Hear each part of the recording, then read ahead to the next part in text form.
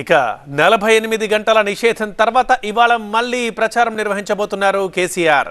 అయితే మరి ఇకపై ఎలా మాట్లాడతారు? పద్ధతిగా మాట్లాడతారా లేక మరింతగా మాటల డోసు పెంచుతారనేది ఇప్పుడు హాట్ టాపిక్గా మారింది. మరోవైపు కేసీఆర్ ప్రచారం చేయకుండా 48 గంటల బ్యాన్ విధించడం బీజేపీ కాంగ్రెస్ల కుట్ర అంటున్నారు కేటీఆర్.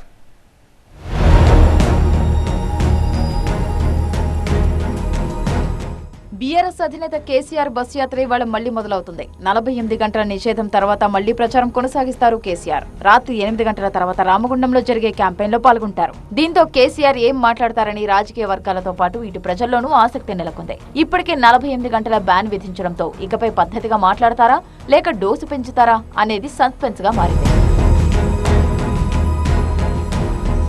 అయితే కేసీఆర్ ప్రచారం చేయకుండా 48 గంటల బ్యాన్ విధించడం బీజేపీ కాంగ్రెస్ కుట్ర అంటున్నారు కేటీఆర్. ప్రధాని మోదీ, కేంద్ర హోంమంత్రి అమిత్ షా, సీఎం రేవంత్ రెడ్డి చేసిన కామెంట్స్ ఈసీకి వినిపించడం లేదా అని ప్రశ్నించారు. దీనిపై ఇప్పటికే చాలా ఫిర్యాదులు ఇచ్చినా ఈసీ స్పందించడం లేదన్నారు కేటీఆర్. ముస్లింలే ఎక్కువ పిల్లలు కంటారని, రేపటి రోజున ఒకవేళ బీజేపీ కాకుండా ఇంకా వేరే వారు అధికారంలోకి వస్తే వారు దేశ సంపదను ఎక్కువ పిల్లలు కలిగిన ముస్లింలకే దోచిపెడతారు, పంచిపెడతారని ఇష్టారీతిన వ్యాఖ్యానాలు చేస్తే, కానీ ఎన్నికల కమిషన్ ఏం చేసింది? కనీసం మోడీ గారికి నోటీస్ కూడా ఇవ్వలేదు. ఈరోజు ఇంతకంటే దారుణంగా మాట్లాడినాడు రేవంత్ రెడ్డి. కేసీఆర్ గారు రైతుల పక్షాన, నేతన్నల పక్షాన గట్టిగా ఒక మాట మాట్లాడితే ఆయన మీద 48 గంటల బ్యాన్. నేను ఇవాళ ఎలక్షన్ కమిషన్ అడుగుతున్నాను. మహబూబాబాద్ లో బస్సు యాత్ర ముగిశాక 48 గంటల నిషేధం విధించారు. దీంతో షెడ్యూల్ ప్రకారం మే 2వ తేదీన జమ్మికుంటలో జరిగే రోడ్ షో రద్దయింది. ఇక ఇవాళ రాత్రి 8 గంటల తర్వాత రామగుండంలో రోడ్ షో నిర్వహిస్తారు కేసీఆర్.